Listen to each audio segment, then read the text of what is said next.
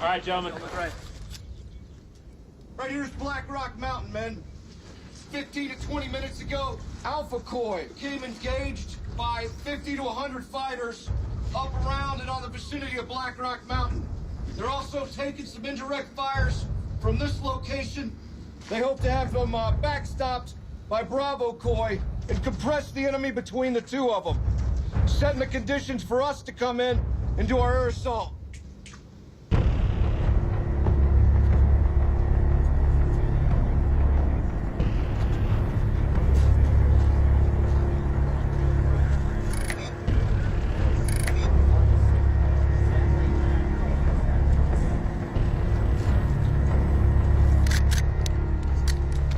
What's our plan for this evening? Basically, we're rolling in with the attack of the command element in order to secure a high traffic region for the Taliban.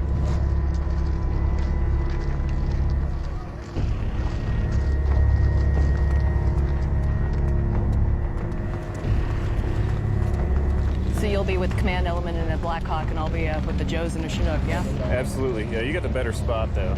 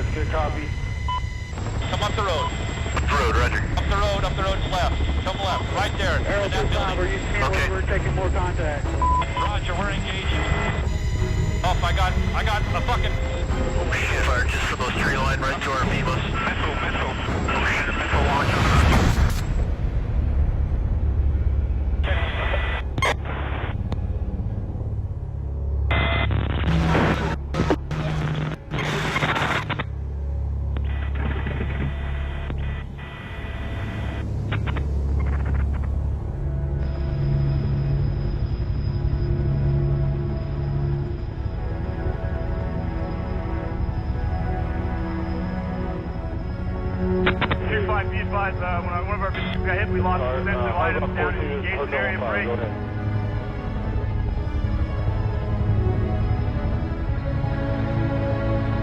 Stand by, we're missing friendlies, we're trying to get them out of there.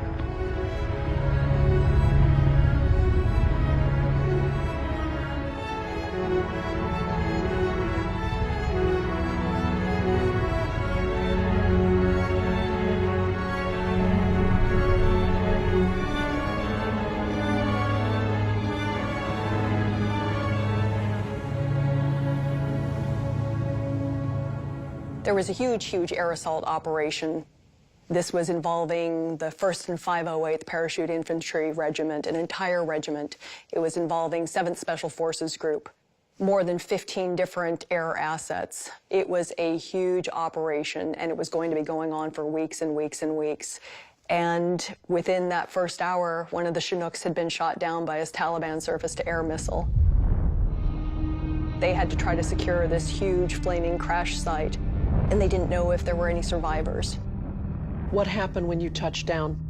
We had heard that there had been a Chinook that was shot down, but I just focused on my job of shooting video and trying to get the story.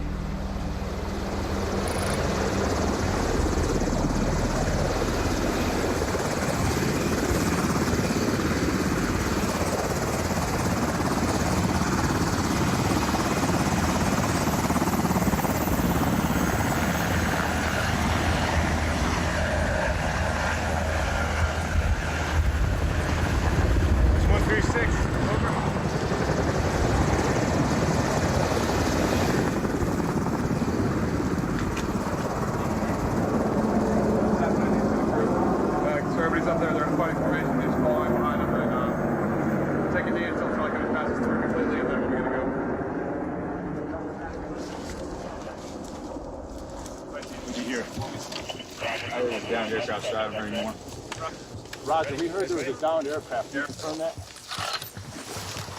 Yes, I can confirm. What's the status of the aircraft, over? I couldn't tell exactly where it was coming from. There's just explosions everywhere. Is anybody looking to our north here? Hey, we gotta get over this compound so we can get comms up. We're trying to move to the crash site. We have troops in contact. Friendly casualties. Good to go, sir. We got enough space up there we can move into. Is it a building? Yes, sir. Okay, great, buddy. Take your compounds instead of air support. I'd linked up with the commander, Lieutenant Colonel Brian Menace, and we were moving to clear a compound so he'd have a secure location because they needed to control 15 aircraft that were racked and stacked in the sky. Hard Rock 42, this is 4015, going down the LOA to the crash site, over. This had now become a combat search and rescue mission, in addition to the ongoing offensive operation. Control flight, Jag 15, we are surrounded. We need some attacks made on those compounds now. We're going to have more friendly kills. Spread out. Get the place clear.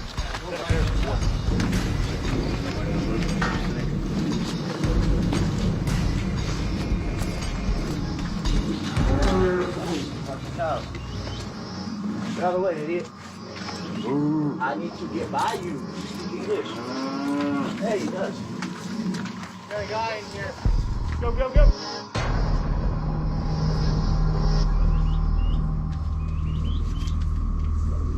Two guys. Hey, get him over here now. Three guys. Get him out here now. Get him out here.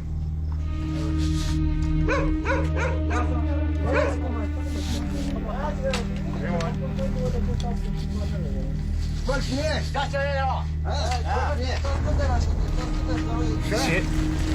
Here. All right. Yeah, these guys check out. They're friendly. Tell them to stay inside tonight. Yeah. Roger. Start engaging those compounds now. We got RPGs, we got some friendly wounded. Roger, we're getting it up. Over. Thank you. Where the fuck is RPGs? Go, man. Come on.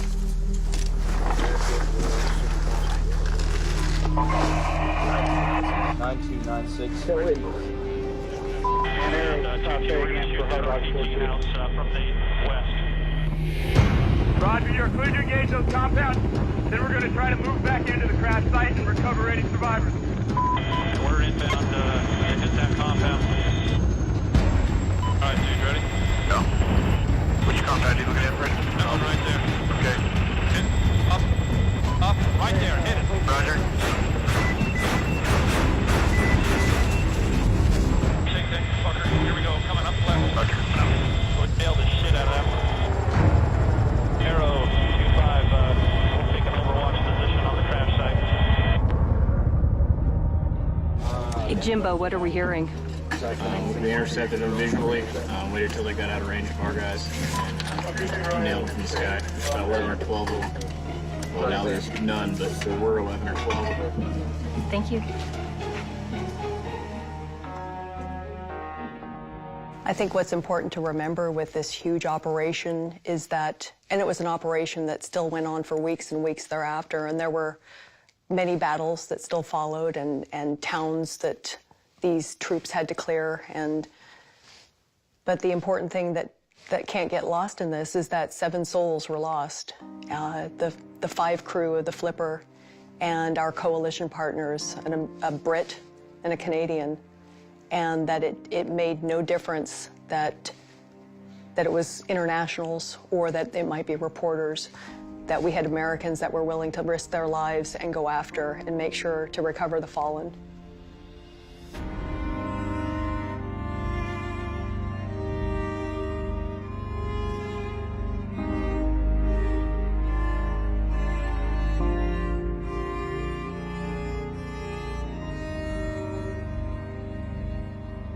They had to count the bodies of the fallen. And when I tracked down Sergeant Greg Strickland, whose little 6-man platoon, he had gone in there and he had counted 5 bodies. And he thought, okay, well, I found the crew. And he was ordered over the radio to go back in and count the bodies again because the reporters are missing. And he told me on camera that he went back in there to look for the reporters, and he said to look for me. I didn't know I was supposed to be on that helicopter, on that Chinook. It was the guys who told me afterwards. It was a punch to the gut because it was this realization that men put their lives at risk to come after reporters, to come after people like me, even though I'm not a service member. It's not that I have a purpose, but it's that I have this huge responsibility. I have a debt to pay back to these guys. I have to tell their stories. Did you stay embedded with this group for the entirety of their mission? No, I was with them for a good week or so, and then it was time for me to disembed. I was trying to get in with the Special Forces teams in Iraq, and I had a hit date to try to get in there. And so it was time for me to hitchhike my way to Iraq.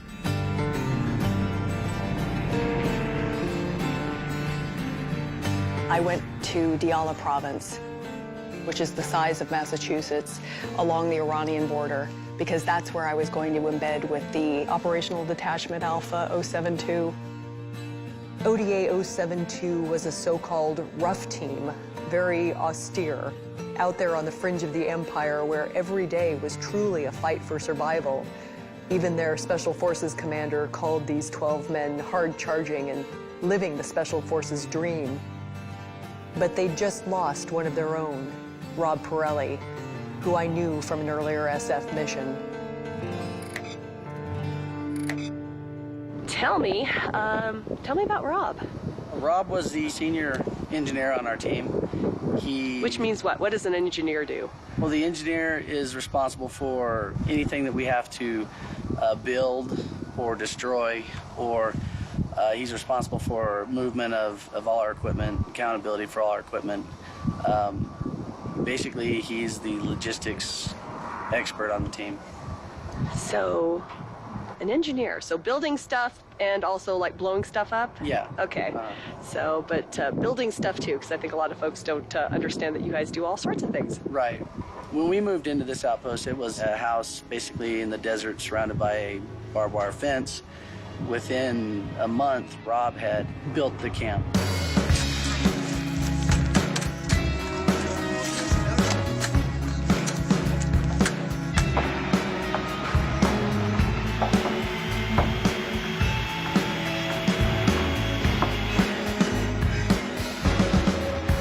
This ain't no walk for the weak.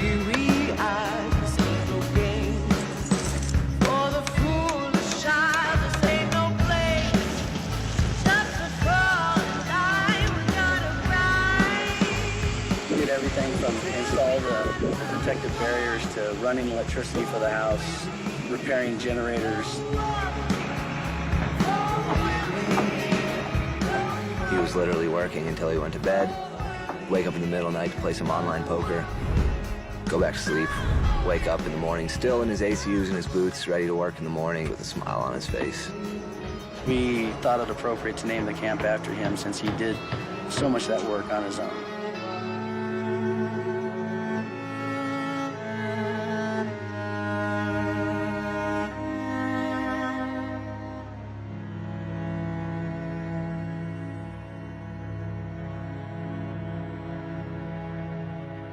We've been kind of holding off on this one a little bit, but let's talk about Rob and about that day. Yeah, it's a difficult subject to talk about, but yeah, any questions you want answered, you want to find out about, I'd be more than happy to talk about. Bring us, let's walk through that day.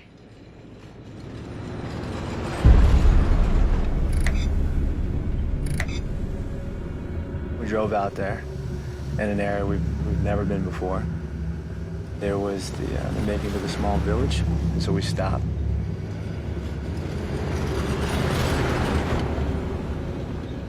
My gunner, he had told me that he saw somebody on top of the roof, somebody who was wearing all black, and he had an AK, and he was running around on top of the roof. The compound directly to your north, we have one individual up on the roof. And he had seen people maneuvering towards his building, and he was sporadically firing his weapon from off the top of the roof.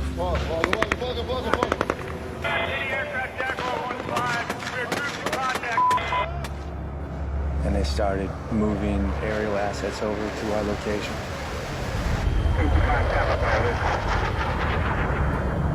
My team sergeant, he said, "I've been shot, you know, man down, eagle down."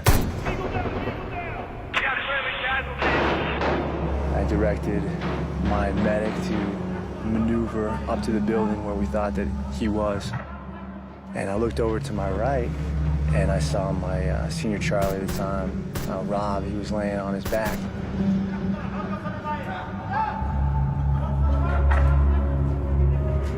I remember just reaching around the corner and grabbing the strap on his kit and pulling him around the corner of the building.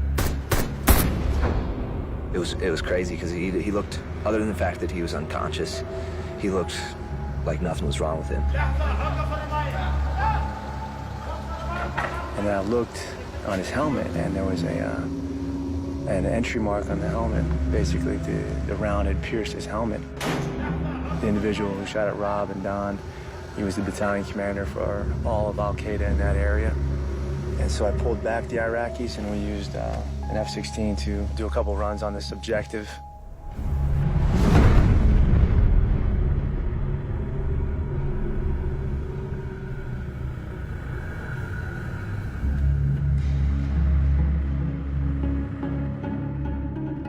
When you heard, what, I was devastated. Yeah, you know, it hits deep in your heart. I've been able to work pretty closely with Rob's family and kind of build, you know, with the loss of Rob, be able to build together and help each other. You know, they feel a great loss for their son, and my wife and I, we feel a great loss for a friend.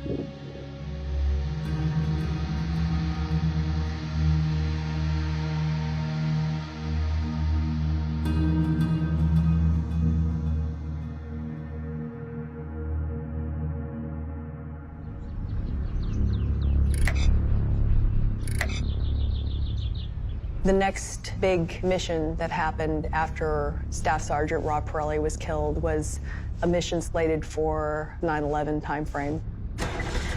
The men that I was with were going out and raiding houses and going after targets and going after targets and going after more targets. It's a big one, huh? That's going to be a big one. It's going to be a lot of assets coordinated for it. It's going to be going on for contingency from 2300 to 1400 next day. So it's going to be a lot of stuff going on. A lot of bad guys out there. Hopefully. Maybe not after we're done.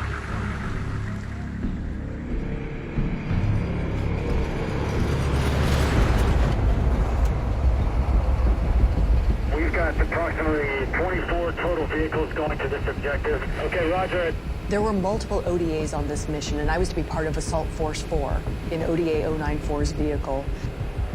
The intel we got today is that they're using the mosque and the school as fortified positions. The men of 094 were serious gunners, and their motto was Mach's gut, a saying from a German sniper in World War II, meaning, make it right. And that's what 094 was all about, getting it done. At this time, I'm located just to the east of that mosque we were talking about, over. Okay, roger. At this time, we're going to start systematically clearing this objective. Go, get in there. Go. Hands in! Watch your six! Hands in! We got two. Let's get out of here.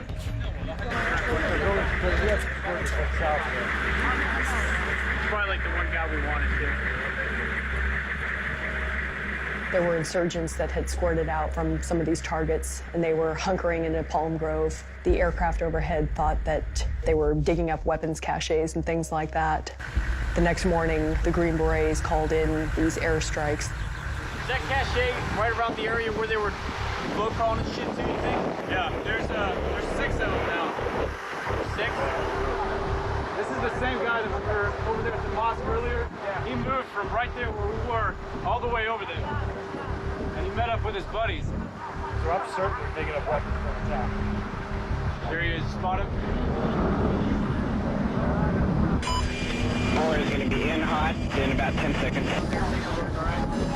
Okay, roger, Ninja, your call at 4 is 10 seconds out. And he's got the cleared hot. Ninja 3-3, Bubba 04. I have visual on 4 at this time and target, over.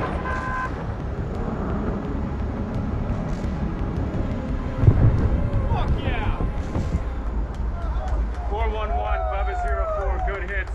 And stand by, we're gonna put a group of vehicles over there to go do PDA on that objective.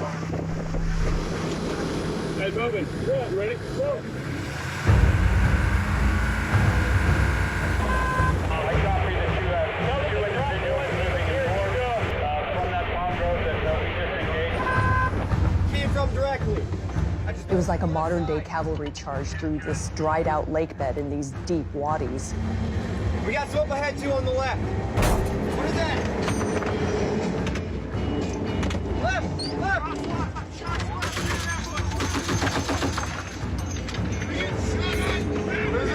They're up! Pick up the speed! We're good, Chief. You see where it came from? Negative, I did not see where it came from directly. I just know it's from the left side. We got smoke ahead 2 on the left. Here, I'll stop so you can fucking shoot. Shoot the load! There was a moment where we were under fire, where I had to make a decision. Do I stay a journalist or do I cross the line? Because the gunner, Bubba, up above me with the 50 cal, he was out of ammo. Hey, get ready to get that fucking 50 cal ammo, dude. What? Get 50 cal reload. I took a breath and said, okay, Chad, throw me your knife. You have a knife? Yeah, you can. Can you get it? Yeah. You have a knife? I'll open the strap on the ammo can, I'll put the camera down, because there was nobody else. I don't think in that moment it made me a combatant. I don't think I necessarily crossed the line journalistically. Had you thought through that moment before? Or was it one of those things that you just said, if it comes, and I'll... There becomes a moment where you might have to check your moral compass and your gut and figure out what's the right thing to do. And in my career, there's been moments where, is it the reporter thing or is it the human thing? And I think in times like that, the human thing needs to win out. Hey, good hit, Jim. Good shoot. Yeah. Hey. Move it. Go.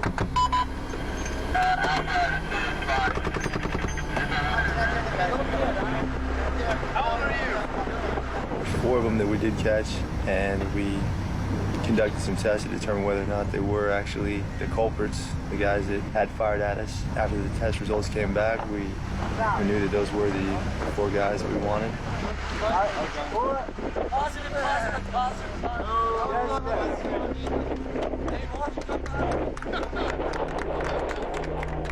So would they be considered snipers or pretty good shots? I know one of them got the truck. They had a sniper out there, and we did receive fire. A few rounds flew over our head. I know the vehicle that you were in got shot up, and a round actually pierced the armor there.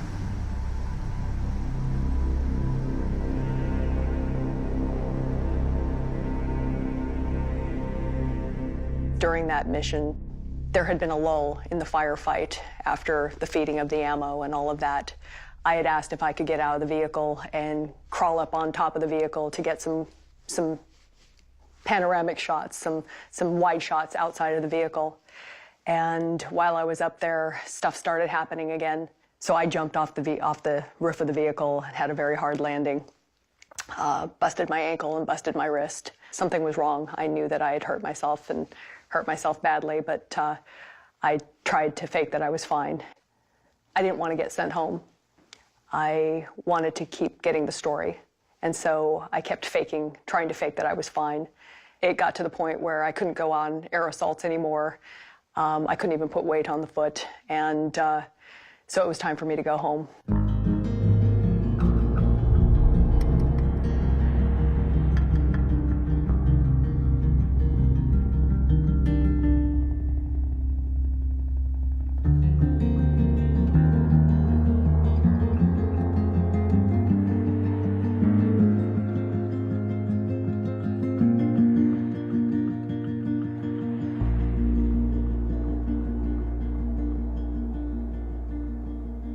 Operational Detachment Alpha 072. They did their team photo standing in front of the Pirelli wall.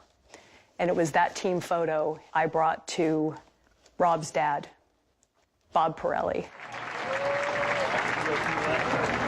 Above you are 3 C-130s approaching the drop zone with over 174 lethal and highly motivated paratroopers on board. The aircraft are flying in the offset. All those guys, said how much he built the place up. When you heard about this, what did you think? Well, when I heard about it, I thought it was nice. I mean, I said, but when I actually saw it, physically saw the design they had done, and I really got the sense that they really did officially name the outpost with his name, and to see the actual drawing done on the side of the wall, and also I think not only that, I think seeing it on a soldier's arm. One of the soldiers had the insignia done, and tattooed? Tattooed too. Tattooed on his arm. That type of love for each other. We need them because they're him. They're part of him, and them being around makes a big difference to us.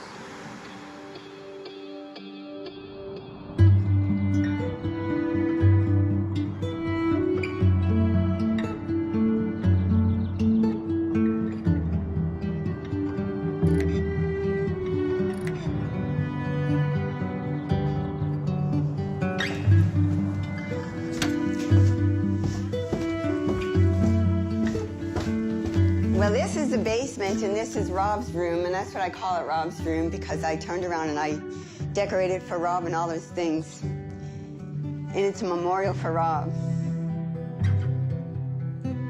This here is a picture of Rob's unit, one of them anyways. I remember him calling me one time, because I work in constructions, in electrical construction, and he called me one time to ask me how to wire something out there. They wire differently. Their schematics are different than our schematics anyways. So even if I told him the green was ground, he said, well, the wires over here are orange. What do I do? So he figured everything out. So yeah, and they all turn around and they say that Pirelli Outpost, Rob built most of it, and I'm sure he did. Rob loved hockey. You can tell by the cups and all that, he loved the Avalanches. And these are some of the players that he liked. We buried him with his hockey stick, and we buried him with his number 18, his hockey shirt from Franklin. And that went with him.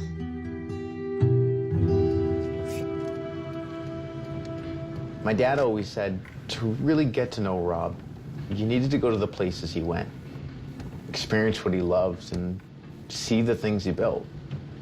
Hey, buddy. Good to see you. You too, Sean. How's everything? It's going. Good. It's going. Good. How you doing? Good. Since Sunday, we You won guys the went to state States? championship. Yeah. That was awesome. Yeah, Overtime? double overtime. That's awesome. Yeah, it was a great game. I can imagine. That's the first time. Yeah, in 33 years. You come from a hockey town, you come from a hockey family. For Dad, he was proud of Rob. You heard that when he announced the games. He started announcing because of Rob. We got 6 seconds left, 41.6 seconds left in the second period, 1-1 deadlock. A great game. A great game. You're treated to one of the best games of the year here. And every time that Rob touched the puck, it was, you hear him yelling, like, Pirelli's got the puck, Pirelli's got it, he's gonna score. Like, it was, you know, everybody else was like, here comes Finuccio, shoot, save. But when Rob touched the puck, it was, you felt it, you felt his passion. Back up to the Pirelli on the left side. Pirelli fires the puck out. Finuccio's looking down the wrong way. And calling on up by Pirelli, and he'll have a breakaway. He'll hit. He missed it off the net. He made a beautiful net. Pirelli on the back. He wants Rob to score so badly because he wants to announce this. He wants to announce to the world that, like, Rob just scored. As we see, Pirelli, I don't know how he ever missed it, but regardless. Dad wanted to see that outpost. That was something that he, I know he talked about every day, was seeing and trying to get to see the outpost before it was destroyed, because it was the last thing he built. It was the last thing he touched. For our family as a whole, to be able to see what Rob had built may give us some sort of closure. It may give us some sort of opportunity to say goodbye. It may give us another opportunity to meet Rob in a way.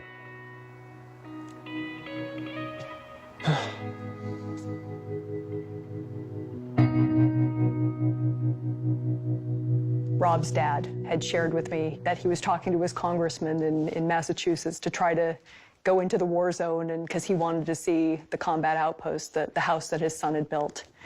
And there was no way that the congressman or anybody in the government was going to let somebody go over and do something like that, or hopefully not. So he made me promise that I would try to get back over there and let him know that his son's outpost was still there, that his son hadn't been forgotten over there.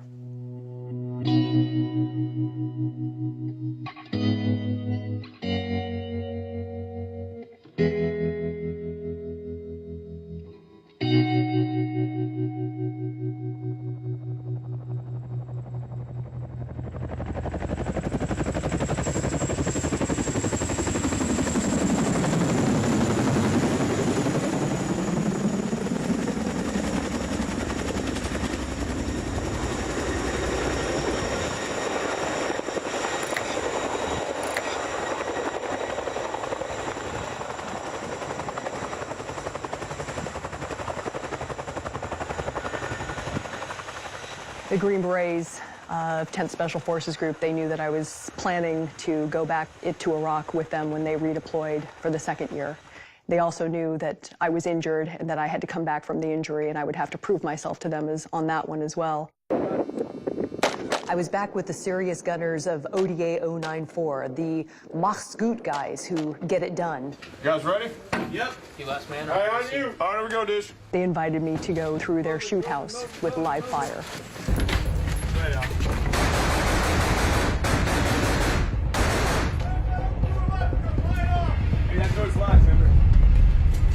Pretty charm. All right. Get in the room. Let's go. Right here, Garrett.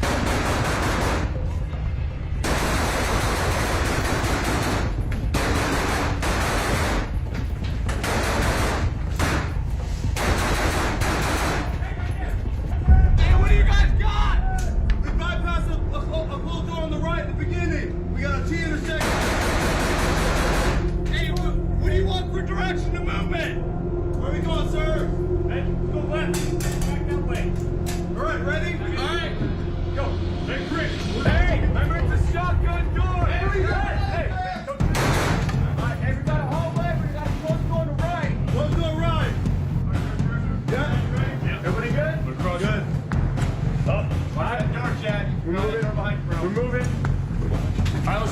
Maxville, let's go. Ready? Everybody up, let's go. Last man. Last man. All right, Izzy. Are we good? Yeah. After this training, I'd been invited to climb Mount Rainier with wounded special operators. This would be the final test to prove that, that the ankle was back and that I could hack it. On the rope line in front of me was blind Navy SEAL Ryan Jobe, who, if you remember in the American Sniper movie, he was the one who had been shot in the face on that rooftop. And a Marine recon scout who had also been blinded, and an Army soldier who had lost his legs, and a Ranger who had served in Somalia on the Black Hawk Down mission, Kenny Thomas. And at more than 14,000 feet on the top of this volcano, the lesson that I learned from these special operators, from these wounded warrior special operators, you don't quit. And it was that moment that I was able to prove to myself that I was back from the injury and that it was time to get back to Iraq.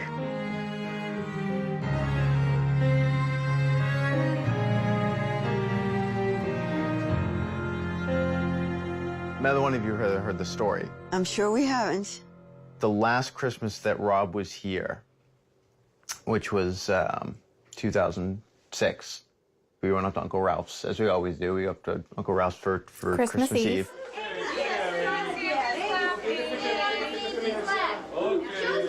And opened all the presents. We do what we always do. You and Dad left early, and Rob and I stayed. Whoa. Jared, what are you looking at? Who's that? Robbie. Robbie? When Rob decided he wanted to leave, we got in the car and we left Uncle Ralph's. We were driving home, and it was one of the moments that Rob confided in me for the first time. It was one of those times where he just sort of let it all out. And he told me that he wasn't necessarily planning on coming home. Oh, from Iraq. Okay. So he had an idea in 2006 that he wouldn't be home. You know Rob. Doesn't surprise me, but I didn't. As a mother, he ain't gonna confide in me all that stuff anyways, but I did not know that. I can remember the last time I dropped him at the airport. I saw him that Christmas. And he says, you don't have to hug me. Until this day, I wish I did. No, you don't know. Yeah. No, you don't. You really don't.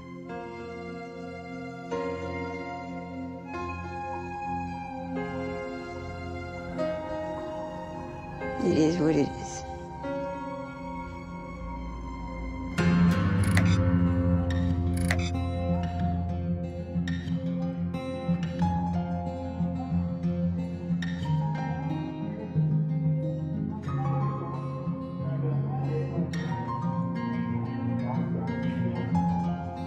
Did you have any idea at that point how you were going to figure out how to get there? No, I knew I was going to do whatever it took. There's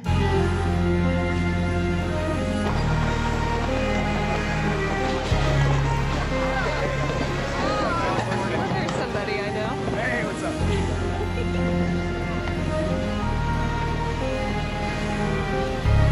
When I redeployed with them again, Rob's team was in a completely different location, very far from combat outpost Pirelli.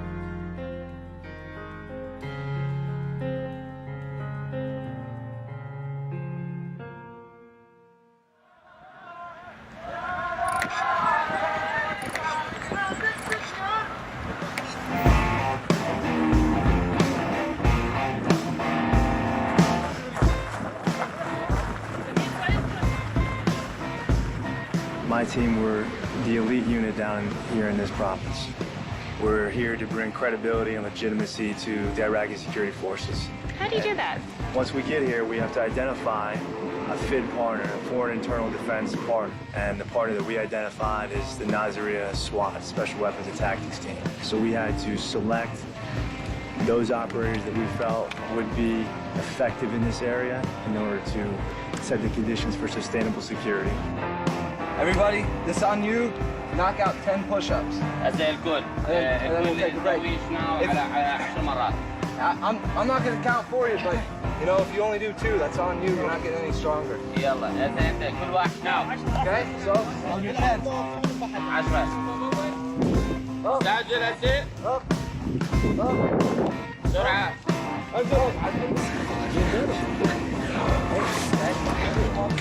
Shake it out.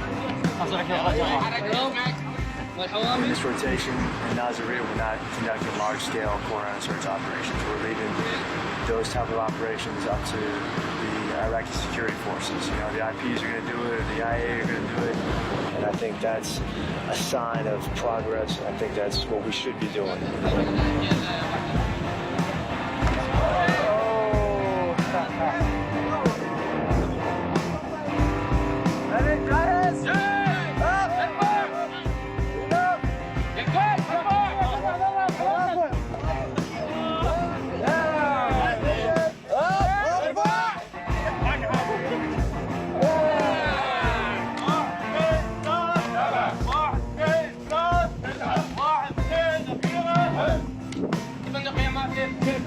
Although my guys do an excellent job of teaching jumping jacks, the excitement and the fun and you know the things that they signed up The adrenaline to do, you know, are they kind of doing? They're just kind of going by the wayside a little bit, but everybody understands that that is where we should be, and that's a good thing.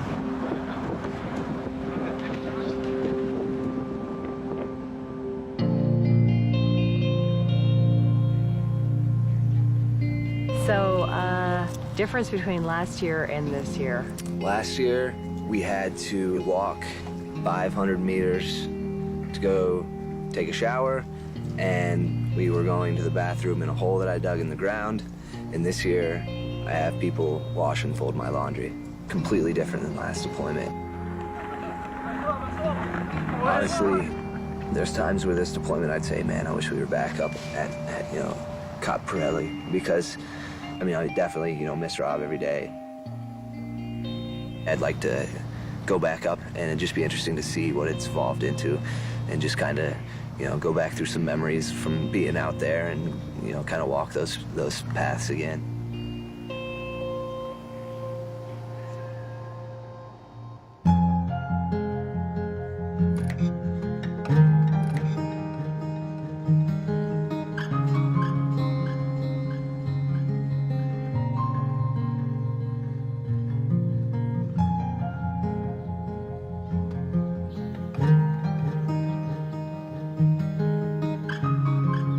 When Rob had passed, my dad, he would go down to the coffee shop and grab a coffee for himself and also for Rob.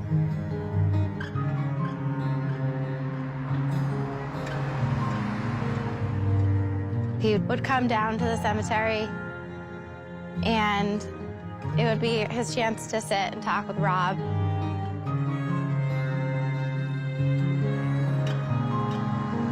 He would park his car. He would have a pin in his car where Rob's picture would be.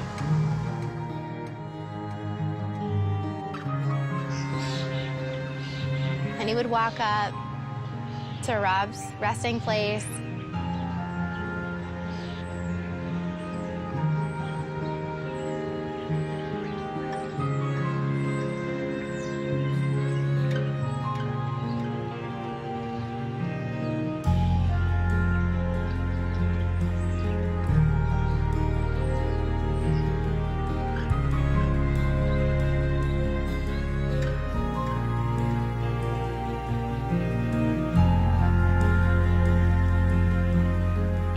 He would take a pin and poke Rob's coffee. And as it was dripping out, he would drink his coffee with Rob.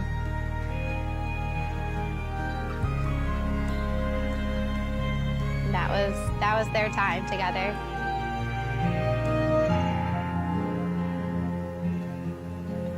My father passed away on September 11, 2012. He was really sick and in a hard place, but he knew it was okay because he was going to see his son again. We wanted to have him buried as close as we could to Rob, and we know that's what he would have wanted, so we made that happen.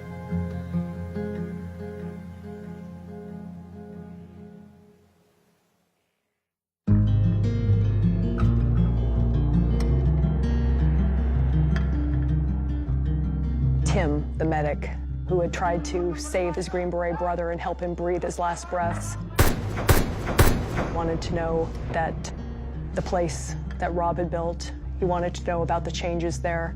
But the military PAOs had said that my embed was with 10th Special Forces Group and was not with 1st Special Forces Group, which was now located where Combat Outpost Pirelli was in Diyala province. They denied my request. So to get there, I'd have to hitchhike from Special Forces A-Team to A-Team more than 300 miles around the war zone. From Nasiriyah, it was to Hilla. From there, went to Baghdad, to Area 4, which was the secret location where those serious gunners of ODA 094 were going out and doing missions.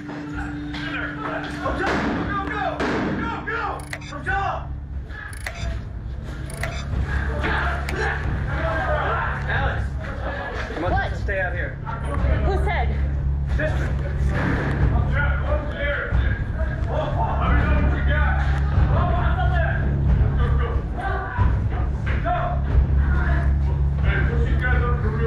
Okay, Roger. Hey, go ahead and walk down the roof. Here we go. We got one guy right now. Okay, questioning this guy. Go ahead and step in there. What's that? What does he do? Like he's a free worker. What does he do? Yeah, go ahead, brother. Selling used clothes. He does what? Selling used clothes. He sells used clothes? Yeah. That's what he said. A shopping store? Used clothes. Yeah. This is Doesn't match age-wise either. صباح نعم صباح شنو؟ The one's too young, but the other one might be old enough to be him. He's saying he's giving a different first name, saying his brother. Take both those detainees, go down to Alpha Element, out of the source, take a look at both of those jackasses. Okay, hey Bob. Yeah. Hey, I'm gonna need you and Ranger and about 3 dudes. Bobby, you move with. Yeah. Hey, Ranger, let's go, brother. Yalla, Ranger. Next up. Hey. Take it. Yeah. Turn that over. Did you actually plot a course in your own mind? If this didn't work out, you could sense and adjust, and you knew somewhere else that you could try. Is that sort of how you approached it? I always hope for the best, expect the worst, and plan accordingly. And I always hope that logic will prevail, and people will maybe have a soft spot and get what it is that I was doing, but no. From there, it was to Camp Taji.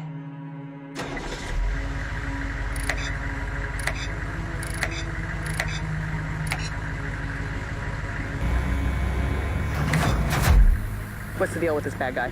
He got a warrant for his arrest. It's a Baghdad warrant. He was an AQI member. Mostly what he's wanted for is the murder of other Iraqi members, mostly another clan. His tribe is very large with IEDs in this area. What's your name? You're the RTO? Yeah, Roger. And I'm Alex. Okay, I'm going to be on your hip or behind you, okay?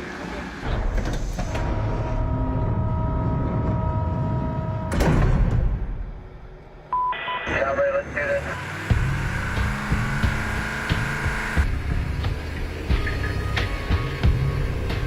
We got 6 minutes.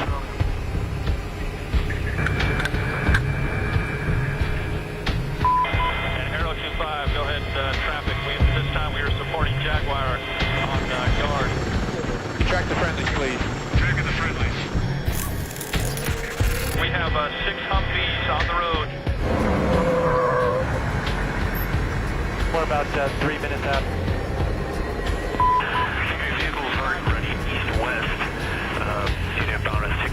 Six-vehicle convoy, over. Okay, roger. Confirm that our Humvees are rolling up now. Yeah, roger. We've got you in sight.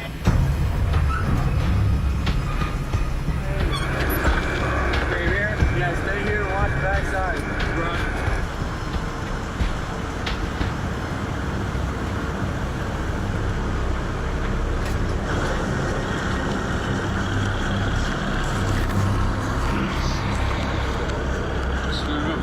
Okay.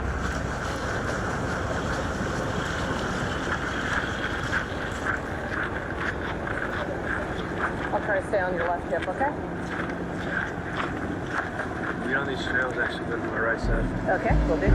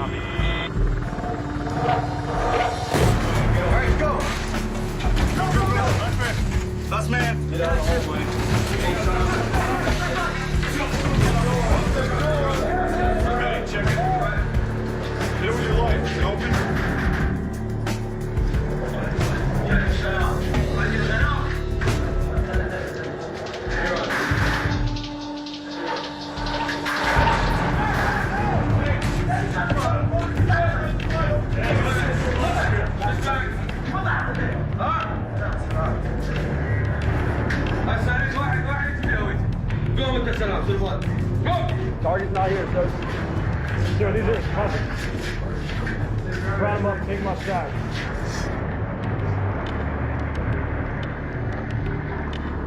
White t-shirt, that's his cousin. Get him up, question.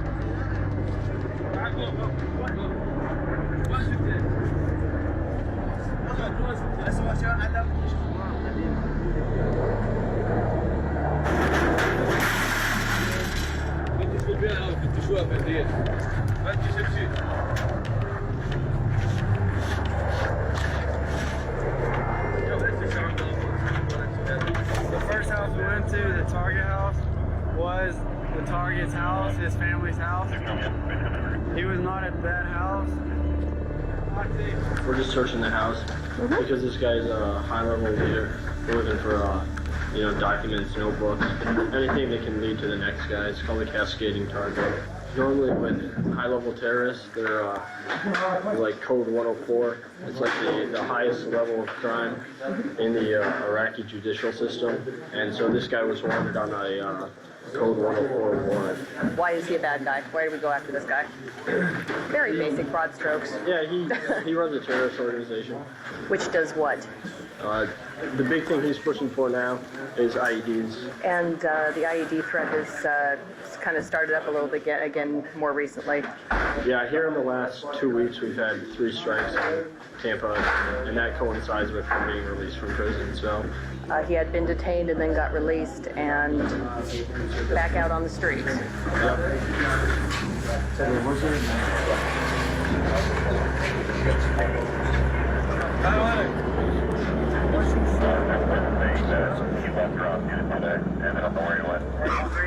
go ahead and relay to 7 to let whoever they got over there know that in about 5 minutes I'm going to be coming with the Iraqi army. You better come up with a better story than you last year, and they'll come right to you. Okay, go back to that other compound and look for movement. Checking for movement. Copy. You got 2 of them staying in the courtyard there. Yeah, I think that too. Copy? There's 3. Okay, now there are 3 of them running in. Yeah, one is kid. One's a kid. Yeah. Copy. There's another one. Another 4, 5. They have all gone into the northernmost building of the compound. We're continuing to watch. Yeah, make sure you get hold of those guys. That's a bad area up there. Roger, that's a good copy.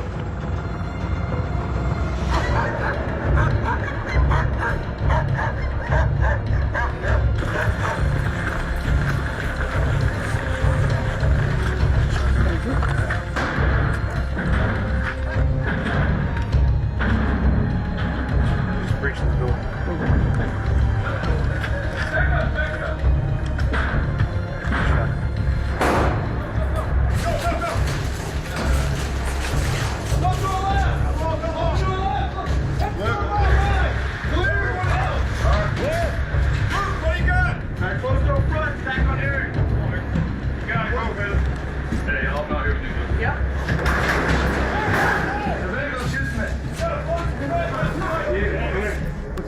name, sir?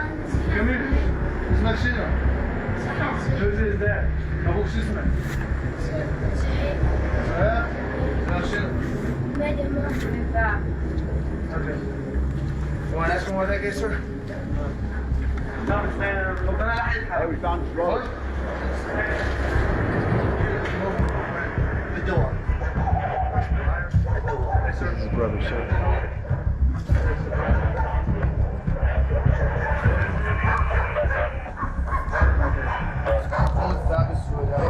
Where's your brother? He says he doesn't know.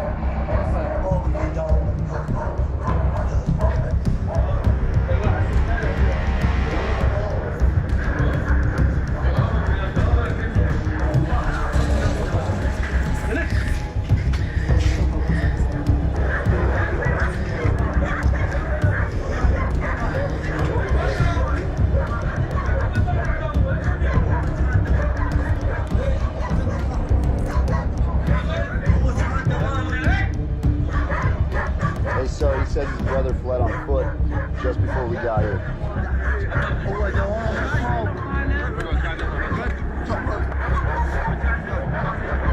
Brother was there. We grabbed his brother, Major Archon in the IAs. Got the story of where he was at. They tried to lie to him, but it's a lot easier for the IAs because they speak the language. His ass up shows which direction he fled. 3 minutes ago, we heard one individual talking to another individual descending the hill, coming towards the other individual. Search that tree line. Searching. I got a light or something down there. You're right there. That's him.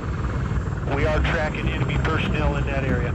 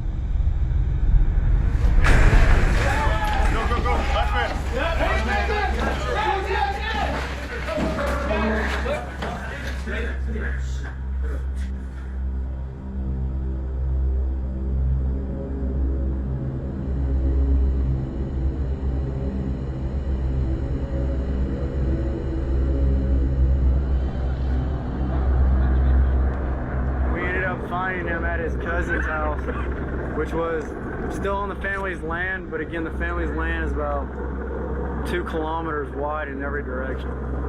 So that's why we traveled so many canals and so much land. Guys, be safe tonight. We'll see you Roger. tonight. That's a good copy, and we appreciate the work. Like always, it's great working with you guys.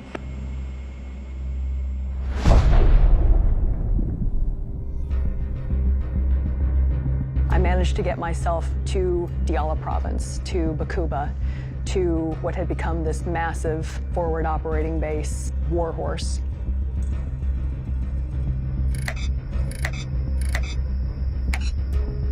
Within Warhorse had been the Special Forces headquarters compound.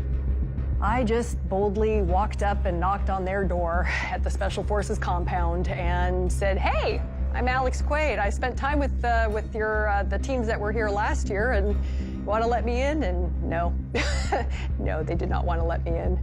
So that's when it was, okay, plan B. I'll embed with the conventional units that are here, and I will try to hopscotch my way from conventional unit to conventional unit and just try to geographically get closer. Did you have a time limit that you knew you were working within to try to get to Combat Outpost Pirelli?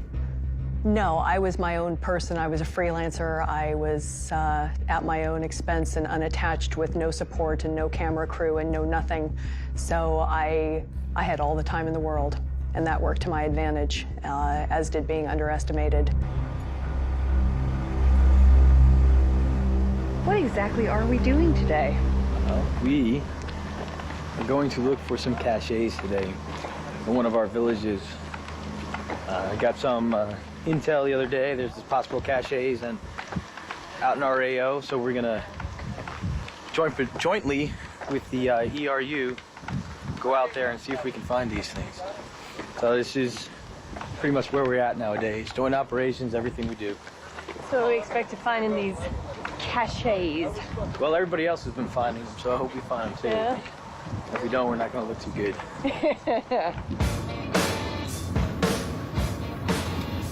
We call it Trash Village. It's a whole town lives in nothing but trash. Everything's gonna build character. Well, this is a whole lot of character building today.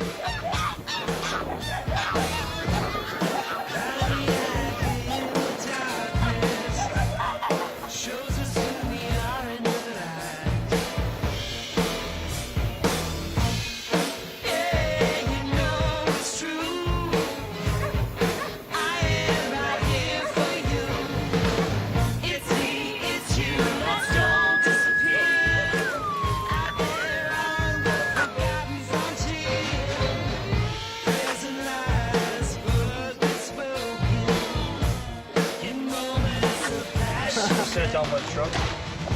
By the truck.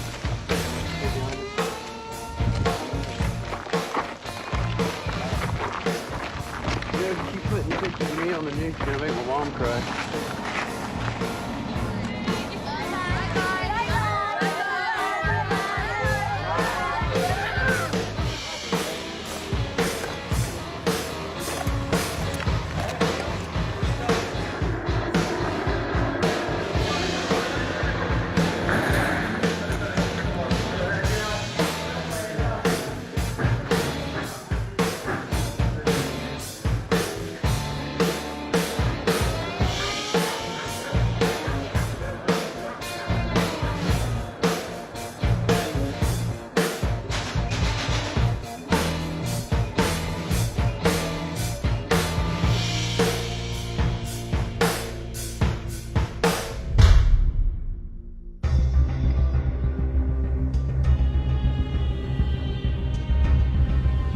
I managed to get myself within the vicinity. Combat Outpost Pirelli had ended up urban sprawl. A forward operating base was growing up around it. Fob Cobra. And they didn't even really realize all that much that there was this secret Special Forces A-Team house in there.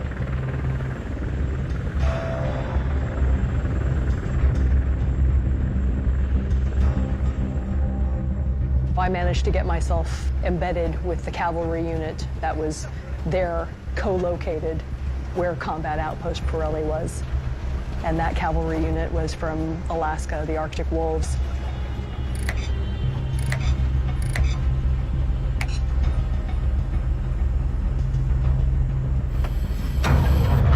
They had just that week received a coffee maker.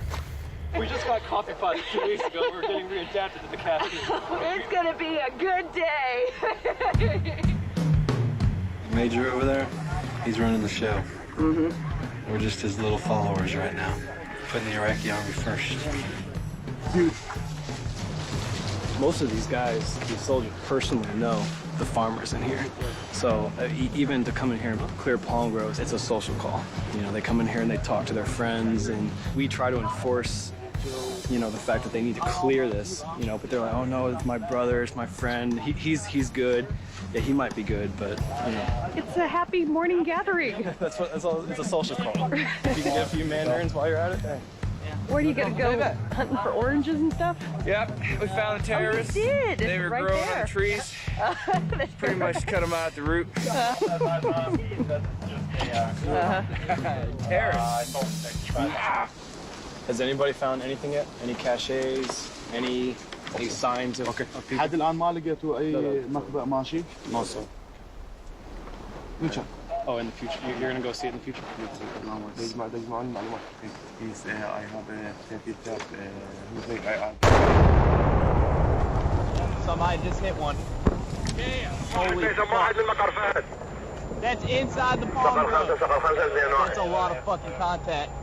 Hey, was that a striker? And just like that, it changed in an instant, and we're coming under fire in the palm grove. I'm less than half a mile away from Combat Outpost Pirelli and fulfilling my promise to Rob's A-team and his Gold Star family. I'd come all this way, and this might keep me from completing that mission. Hey, start moving back to the vehicles. Yep, go. We're moving back to the vehicles now. Hey, we up. It's just the south of our position. Hey, gunners, be advised, we're moving out of the palm grove. Hey, spread out, you guys. Keep eyes for fucking tripwires. Sorry about that. Hey, go. Small arms. Small arms. Hey, keep eyes to the north also. Holy fuck. Where are you?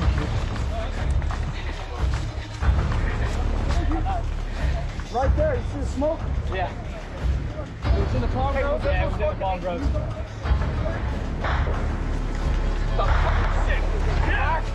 Let me find. Oh, yeah, you're still out there, man. Dude, there's IA still in there, man. Hey! Hey, just have this vehicle move with us, all right? For cover. Say back off. Let these guys up front. Hey, let these guys up front. Which? The way it rolls now. LT, explosion right there. Oh, there's the smoke right there. I'm moving strikers down here for cover, all right? I'm on your left hip, Ganley. You got two. There had been an IED that it was, we figured out was made out of a 155, which is an artillery round, and they had wrapped it in C4 and added 30 pounds of munitions to turn it into a wallop of an IED. One Iraqi civilian was killed, and 5 were injured. You consider that a big one? It's about as big as they get. They're the ones that shake the teeth out of your mouth. This was the way we drove in to get to drive to get to the palm grove. Pretty sure it's meant for one of us. And they knew we were here. That's why I think that it was command detonated, because pressure plated, we would have hit it by rolling over. So command detonated would mean like a trigger. Yeah, like there was a trigger man. Somebody watching and trigger manning. Exactly. Our strikers had been going back and forth over this area just 20 minutes earlier, so these soldiers, they figured that, well, the jammers that were on the strikers must have been working to interfere with the signal that the trigger man for this IED must have been putting out.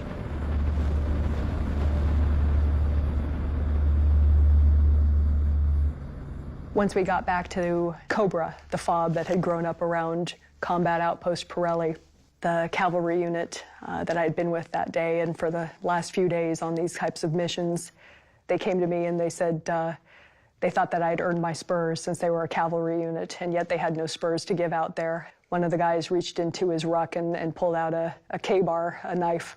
He said, well, it's blunt, but these are your spurs. And with that, I had a K-bar now in my back pocket, and it was time.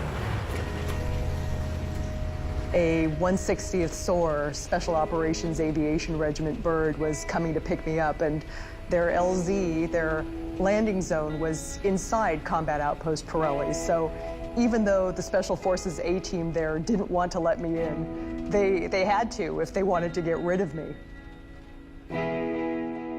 We made it to the door and knocked on the door. There was no hello, there was no nothing. They let me in so that I could have my 15 minutes as I waited for the bird that was going to take me back to Baghdad. And I looked around to see the changes.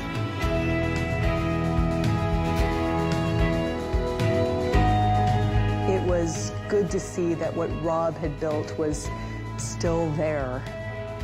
That this rough team house, alone, on the fringe of the empire, as their Special Forces commander, Major Derek Jones, had called it, that it was still a safe house being used by Special Forces teams in an area that had been an Al-Qaeda sanctuary near the Iranian border, and where every day was a fight for survival, was still here because Rob and his ODA 072 had built it and fortified it.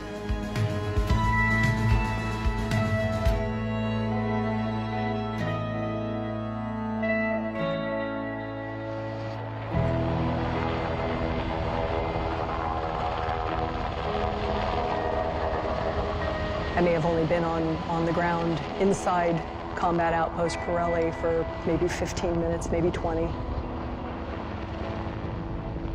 I'd done what they'd asked, and I was able to let them know that Rob's wall, the T-wall with the symbol that says Combat Outpost Pirelli, was still there. Did you ever think to yourself, what are the odds of this working out?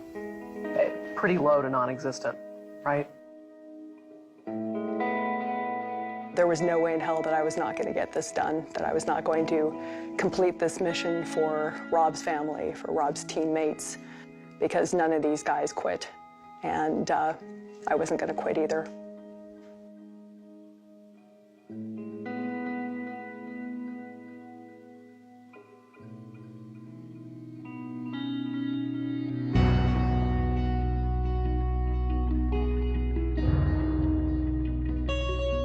Sunrise or sunset, do you think?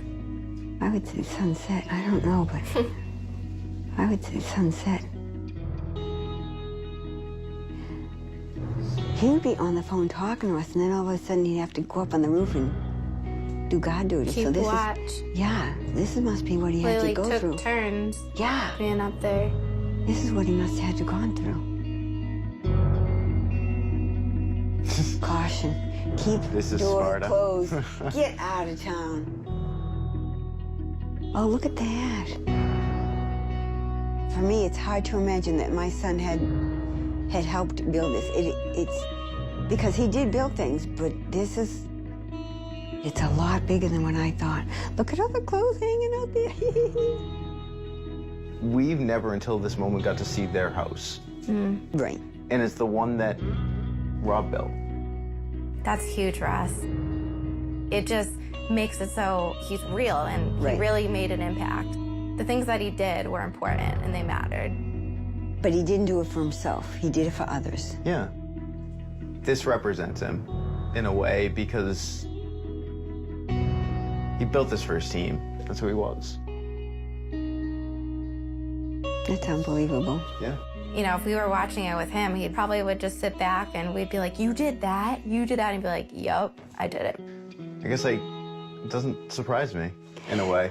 I could see Rob doing this and not complaining about it whatsoever. Right. Just oh, yeah. doing it. Oh, yeah. Not having a problem with it. I just miss Rob.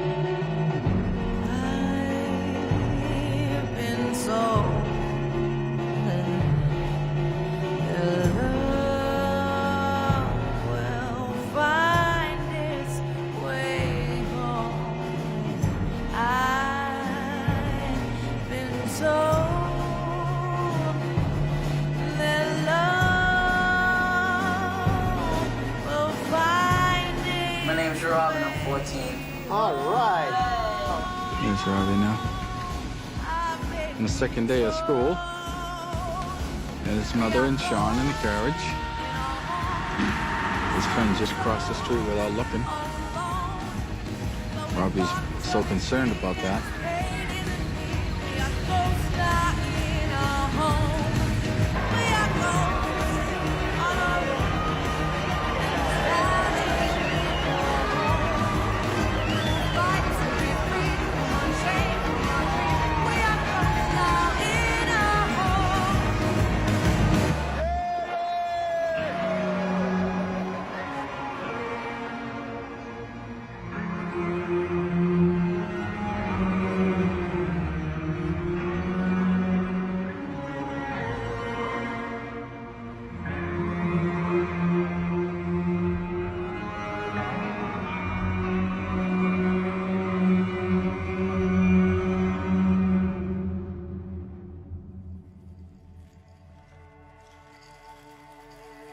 Well, I shipped out with a job to do, headed to desert sands to build a wall and draw a line.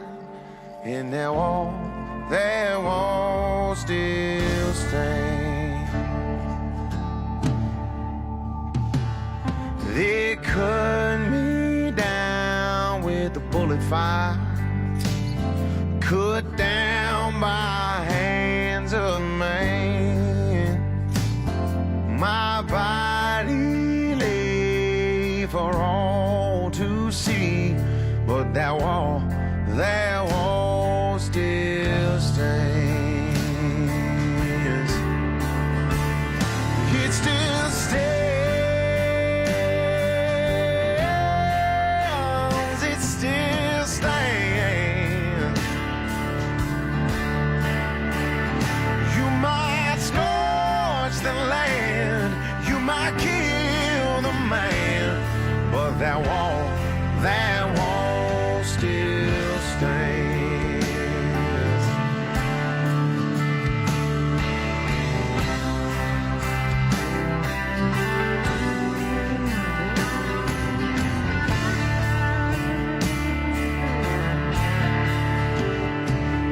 We're the ones who stand behind it now. They don't know who I am, but what matters most when danger's close is that wall still stands. It still stands. Oh, it still stands.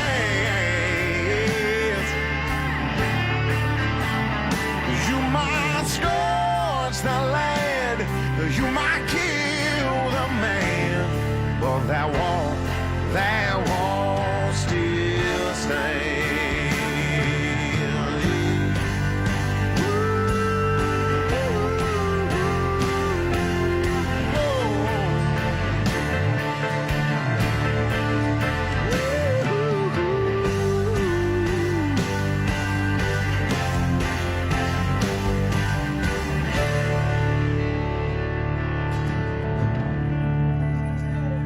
Now every wall one day will fall, when steel and wood turn to sand. But what I believed was good still holds its ground, and that wall still stands. It still stands.